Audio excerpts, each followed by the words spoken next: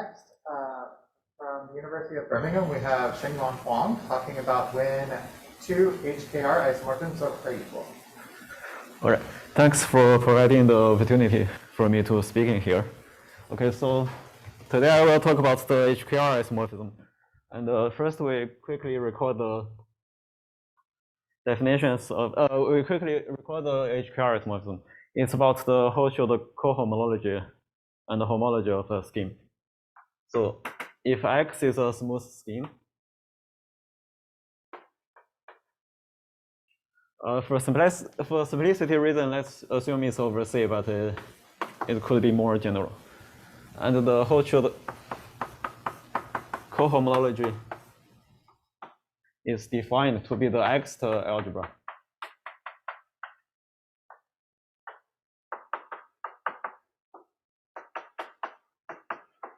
Delta is the diagonal embedding.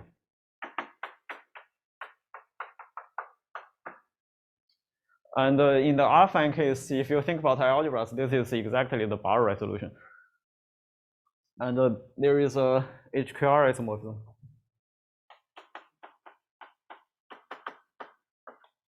This is due to Swan. So the isomorphism says that you can compute the Hochschild cohomology explicitly. So you get an isomorphism explicitly.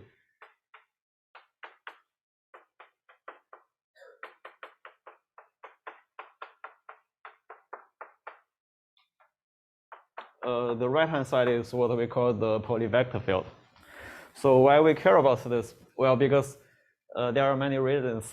First, in the mirror symmetry, people care about the Hochschild cohomology. It's the mirror to the quantum cohomology.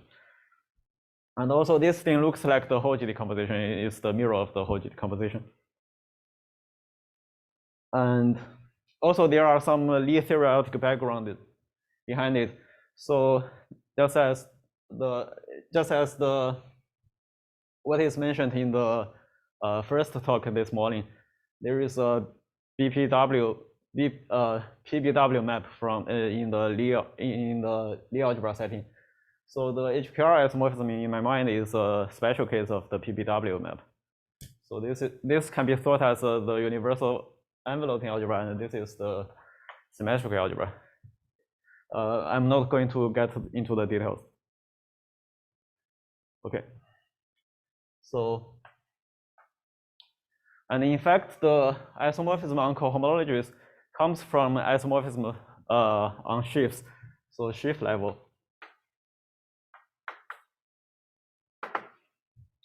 Well, there is a sheaf level HKR isomorphism.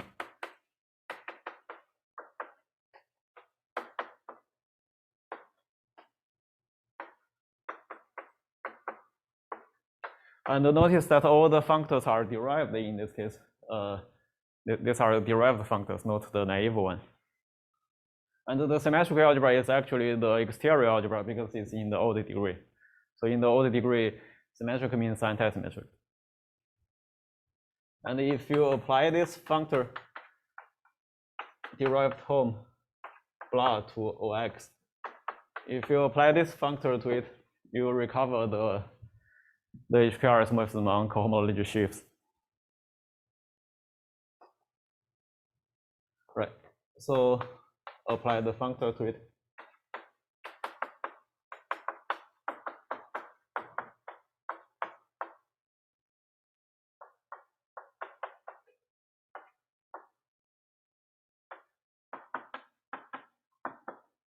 Well, on the right-hand side, basically you take the dual, so you get the tangent bundle, and on the left-hand side you have a adjunction. You can put the delta here. That's the X algebra. So this is the classical story, and also people later want to generalize this story by to a more general setting. So we can replace.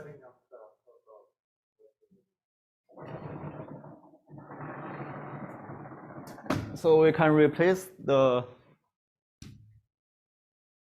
replace the diagonal map by an arbitrary embedding.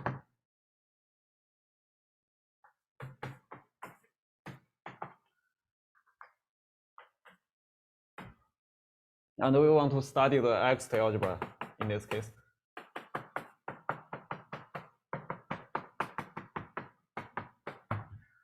And you can also get an HKR isomorphism in this case, but we need to put another assumption. So assume I splits to first order.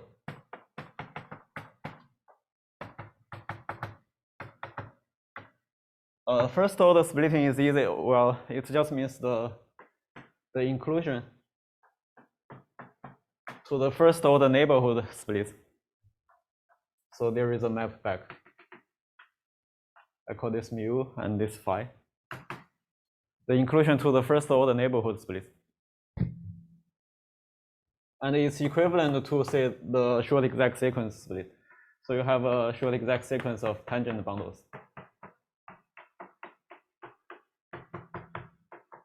It's equivalent to, say, this bundle split. And I also call this splitting to be phi. There is a one-to-one correspondence between these two. All right. And under this assumption, you can get a HKR isomorphism. So in order to study the X algebra, it's enough to study the sheaf version. So we just need to study the sheaf. And in this case, you get an HKR isomorphism. Like this. And in this case, the story becomes more interesting because the construction of the isomorphism depend on the splitting phi you choose.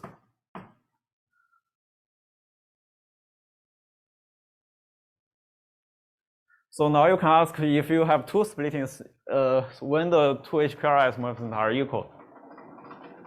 And before I get to the technical detail, I want to, before I state the main result, I need to explain a technical detail. So there are two ways to think about the HKR isomorphism. One is to say, one is exactly that. You want isomorphism of two complex of sheaves. This means we are considering the isomorphism over X. Or you can consider it over X cross X. This means we want to consider the two. We want to consider the HKR isomorphism as an isomorphism of functors.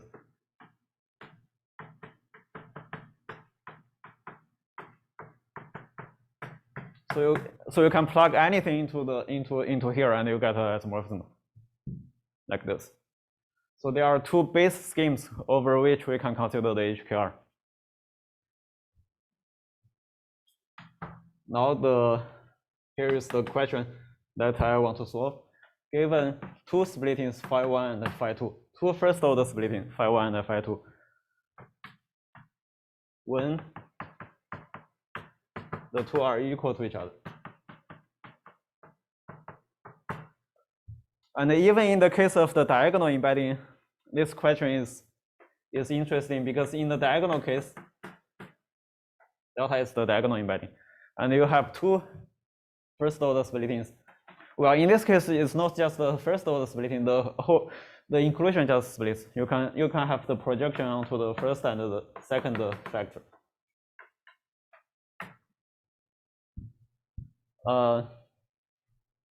And you can ask if the two HKR isomorphisms defined by P1 and P2 are equal or not. And in this case, it has been solved previously. In this special case, we know that the two are equal. This is over X, and this is due to Greville. This is due to Julian Greville. And I can give an answer to the general case. So can use that.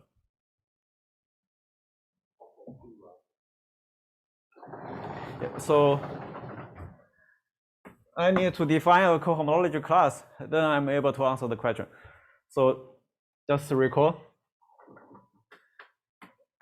I call the cohomology class to be the generalized RTR class. So recall the definition of the RTR class.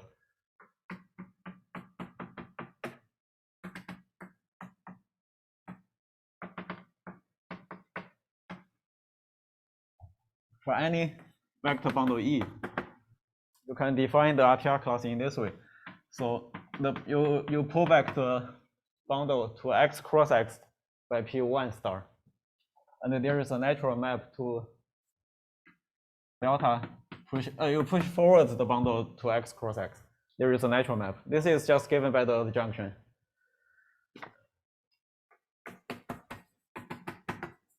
There is a relation, and you can have the map by the junction. This is a surjective map, and the kernel is just the kernel is E tensor omega, and push forward.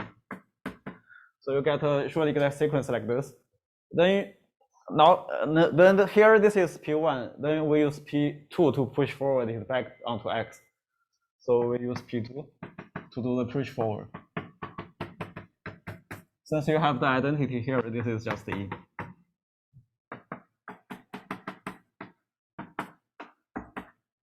Okay.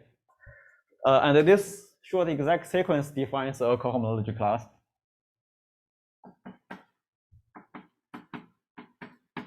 This is X to 1. It's a short exact sequence. And this class is nothing but the RTR class. This is the definition of the RTR class. And in the general setting, we can do the same thing. You notice that here you only need to use two splittings to define a cohomology class. So in the general setting,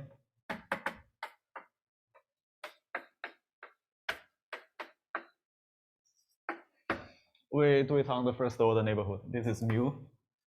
And if you have two cohomology class, two splittings here, you can repeat the process.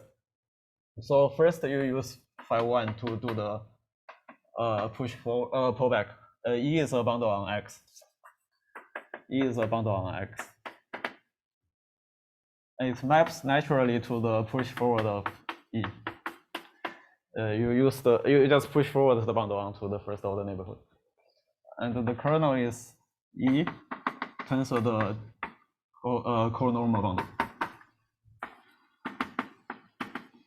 This is phi 1. Then you use phi 2 to push forward the sequence back onto X.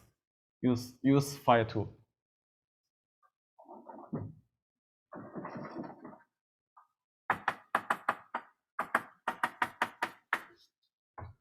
Again, this if you do phi 2 here, if you do phi here, phi push forward here, this is just E, because you have this identity.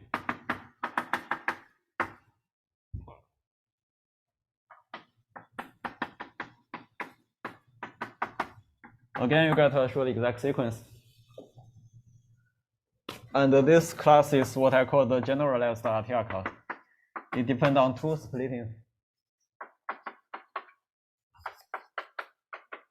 And it's a X to 1 class. It's from E to E tensor undo. Okay, so with the definition of the class, I'm able to state the main result. Let me erase this.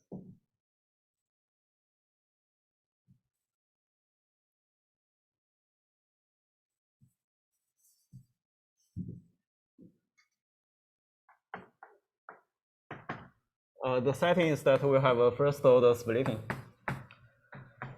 We have a closed embedding of schemes and it splits to first order. Phi 1 and phi 2 are the two first order splittings. Then you can get two HKR isomorphisms. So if the two are equal over x cross x. Well, that means we want isomorphism of functors. This is what we want. Then, if and the two are equal over x cross x if and only if the class that I defined vanishes for OE.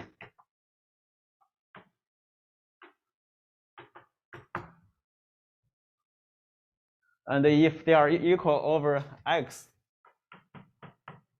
oh no, if this is if and only if.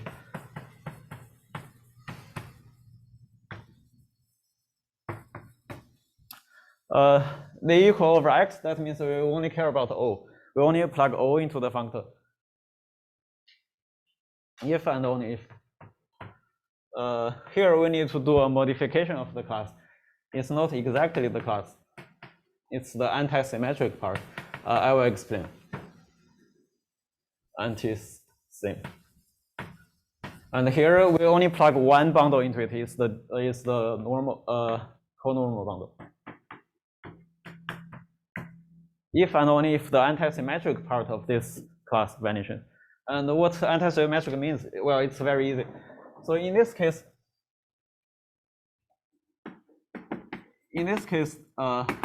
the class is x to 1. Well, in the derived category, you can view it as a map. View it as a morphism in the derived category.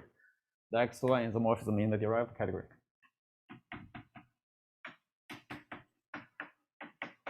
So this class is a morphism from undue to undue tensor undue shifted by 1. Then you can go to the wedge. You can go to the anti-symmetric part. Go to the wedge 2.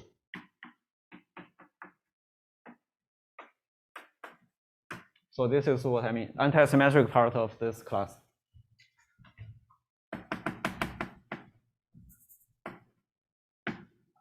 So the two HKR isomorphisms defined by the two splittings are equal over x if and only if this class vanishes.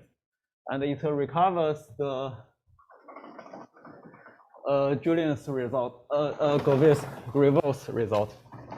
So in the case of the diagonal embedding, you have two splittings P1 and P2. And in this case, this class is nothing but the RTR class of the cotangent bundle. In this case, in the diagonal embedding case, you choose the two splittings to be P1 and P2. This, before you go to the anti-symmetric part, is nothing but the RTR class. Then the RTR class is symmetric, the anti-symmetric is 0. So this result recovers this result here. All right, let me stop here. Thanks.